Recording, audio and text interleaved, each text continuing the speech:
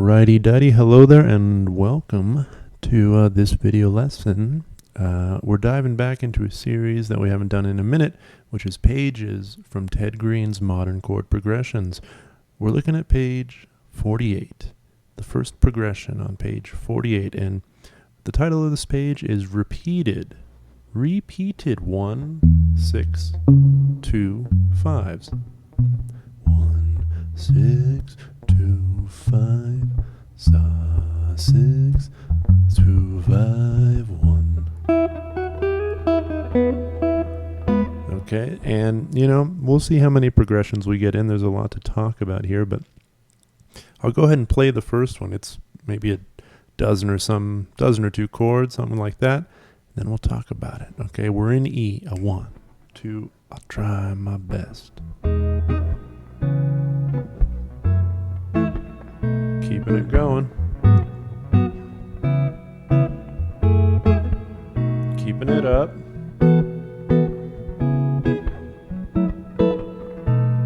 And almost done. Ooh. And we finish with this guy. Okay. Very cool sound. So what's going on here? We've got an E major 7. That's stretchy voicing. It's a good one. It's a bit easier up here. Right, but that big E major 7 to a minor 7. Nothing too crazy there, those first 4 chords, right?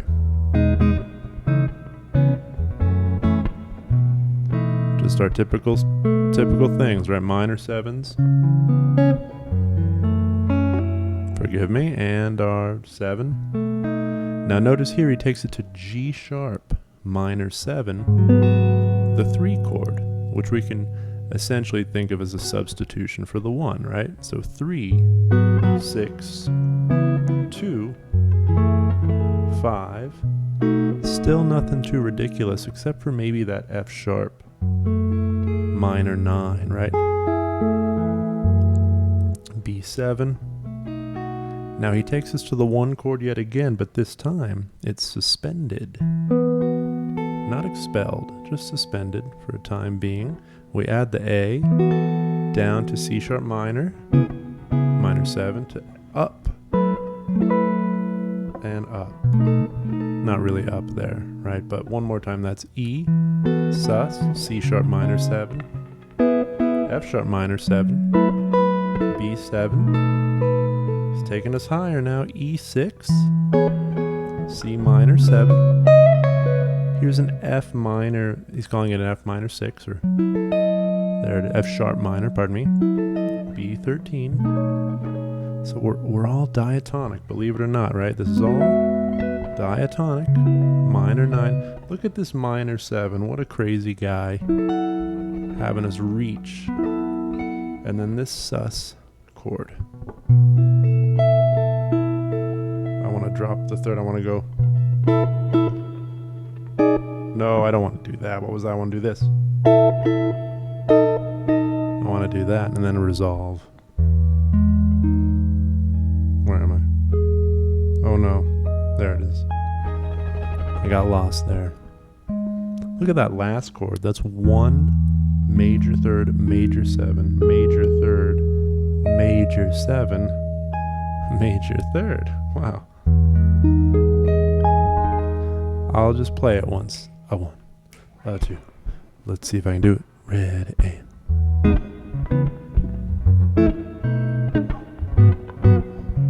I'm moving too fast.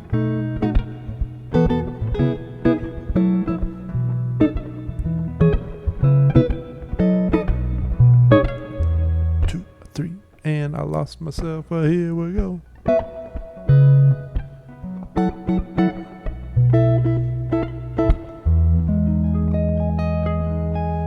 Now see, I haven't practiced this enough. In fact, I just turned to this page and I can tell I'm kind of rushing. I'm exerting. So I'm going to slow it down to let us hear those chords.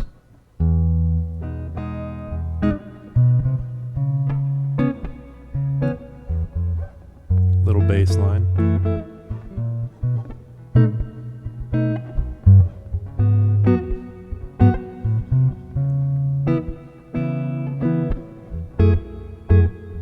as you listen to this, can you identify, the 1, the 6?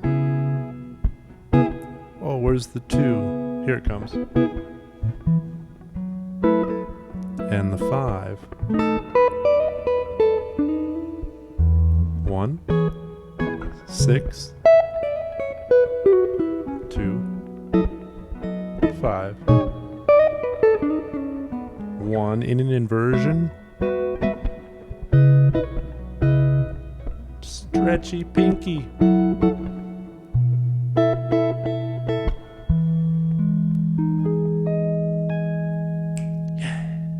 Beautiful stuff, right? I mean, as much as these are exercises, I mean, these are small etudes, right? Small compositions of Ted's, which he decided to write with dots and lines, right? Which is also how music is written, with dots and lines, but we got the Ted dots and lines here, which are a little different than the typical, notation dots and lines, the typical music notation dots and lines. So I like Ted's dots and lines. People are a mixed bag on it.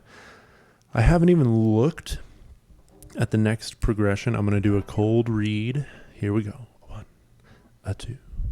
I think I know what to do. It's... I like it. Punchy. Closer together, right? Whoopsie. It's... punch.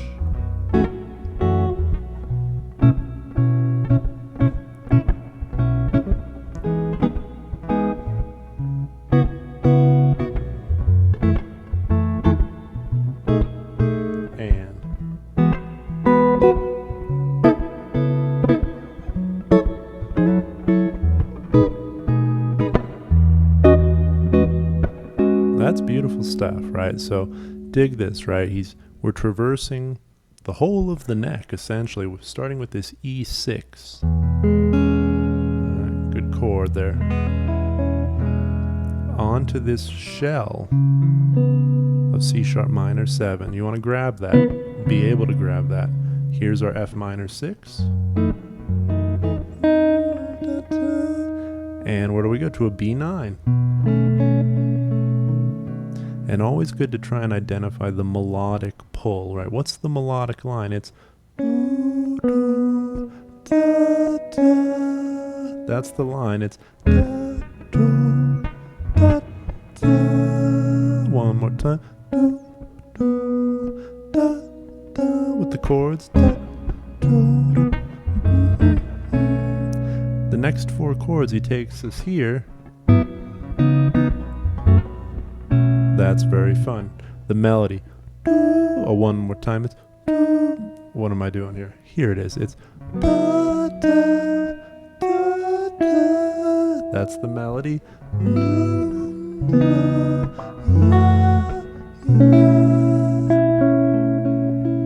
What's next? We've got to this. Beautiful ideas here. We're going. Ooh. Gotta get that cleaner. Gotta get that cleaner. That's.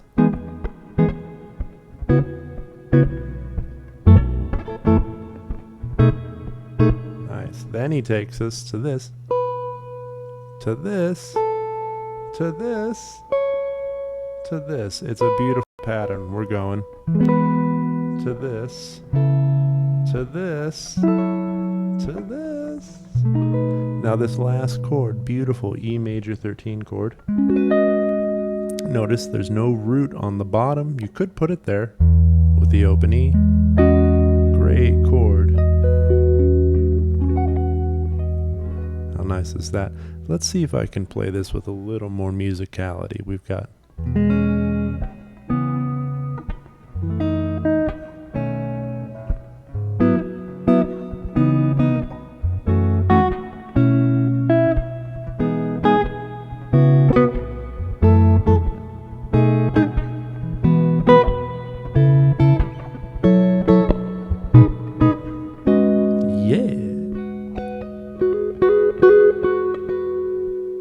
That's a lovely one. A lot of These are beautiful little etudes. I know it can be really challenging, some of them, but to really learn a TED progression, even just one with 4 chords, you're learning, okay? So, and what to do with that learning, right? So step 1 is, can you just do it, right? Can your fingers get in the shapes of these chords, and are you able to play them with some sense of musicality, right? With maybe all whole notes or something, right? Just 2, 3, just being able to get through them, right? You want to make sure you can do that, right? But then, right, that's where a lot of guys stop, a lot of gals too. So don't stop there. Then you got to think about the chord. Analyze the chord? Like what's the intervallic situation going on? The 1, the 5, the 3, the 6 of E, right? The 1, the flat 3, the flat 7 of C sharp. You want to do your analysis, do your homework, so to speak, and identify what's constituting this chord, right? And are there any anomalies, right? Like, are there any that are in an inversion, or are there any that maybe have a non-diatonic pitch in there, right? So you got to do your homework. Now, let's see. I'll try and do my homework. Moving on, I'll do one more progression here. He moves it up to the key of G all of a sudden, and he's also giving us some melodic motion here. So please forgive me if I make some errors, as I haven't even looked at this once, but I'm going to give it a shot. Let's see if I can sight read the TED notation.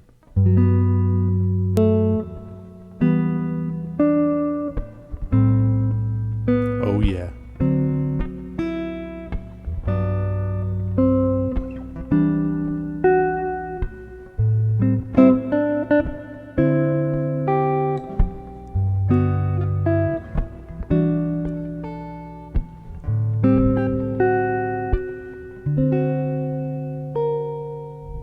That was my own little addition there, and then we'll resolve.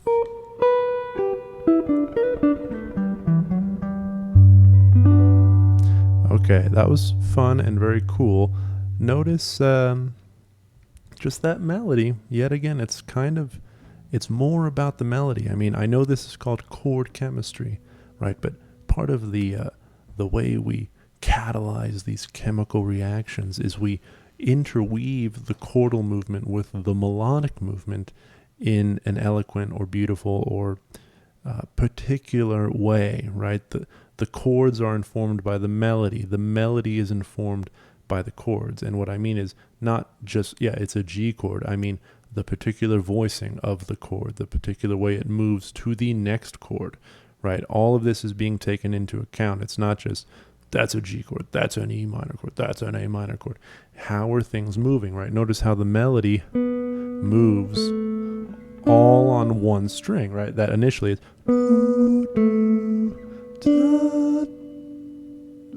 pardon me, not quite on one string. One more time, it's yeah, it is on one string. Right, it's all happening on the G string initially. Followed by that melody of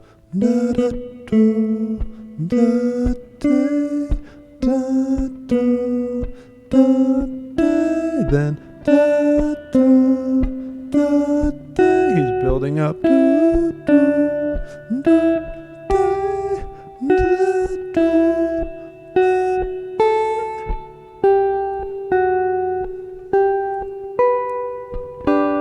Right, that's the melody in there. And with all of these, you want to ask yourself, can you really hear just that melodic line as if there was a singer who was going to sing the top voice of that chord, right? Can you identify that top voice? And dare I say, learn it. Learn to play it. It'll make the chord progression make more sense, right? As opposed to like, how did Ted come up with this? Like, how is this a 1/6? Like, what is all of this, right? Break it down. Like, look at the top line, the melody, and then look at the bottom line. 1/6 2/5. All right, does it just follow the root motion? It very well may. This one does. That's all. It's just 1, 6, 2, 5, the bass line, G to E. That's it, right? So that simplifies things, right?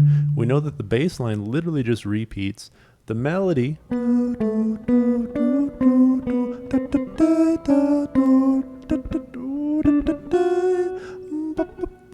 Losing it there. Right? Then now see what happens when you try and put it all together. I'm going to try and do it as written.